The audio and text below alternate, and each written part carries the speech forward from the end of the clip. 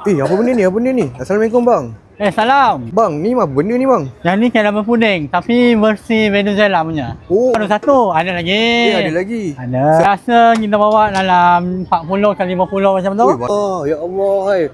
Melekit-lekit. Nampak macam gerah bang Nampak macam keras tapi sebenarnya dia lembut gila. Dia lembut sangat-sangat guys. Sangat sensitif. Dia sensitif. Dengar tu abang ni cakap dia sensitif. Tengok dah sampai Bukit Bintang.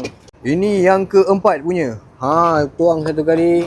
Tengok. Wow. Satu pieces RM15 sahaja. Tapi biasanya kita ada jual satu ni juga. Oh, ada juga jual tu. Yang ni untuk kita jual online. Oh, berapa ringgit? RM120 sahaja. RM120 online guys. Siapa nak beli boleh cari abang ni. Nama dia Request Silo. Betul? Ya, betul. Nak buat susah? Oh, sangat-sangat leceh. Tak ramai orang boleh buat ni. Ya, kena betul teknik dia kena betul. Teknik kena betul guys. Tak kena cara, tak jadi apa. Tak kena cara, tak jadi apa. Tengok betul. ni, one more time lagi. Tu. Wow.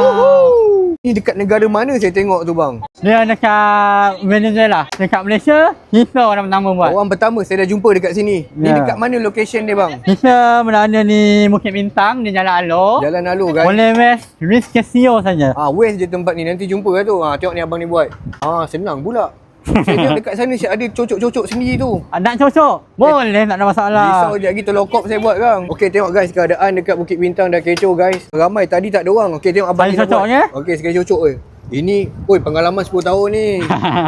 So kita akan letak dia punya caramel sikit lah. Ada lagi? Ada. Letak lagi payung caramel. Biasanya kita akan bagi asing caramel dia. Macam ni? Gembu dia. Oh ya Allah, sedapnya RM15.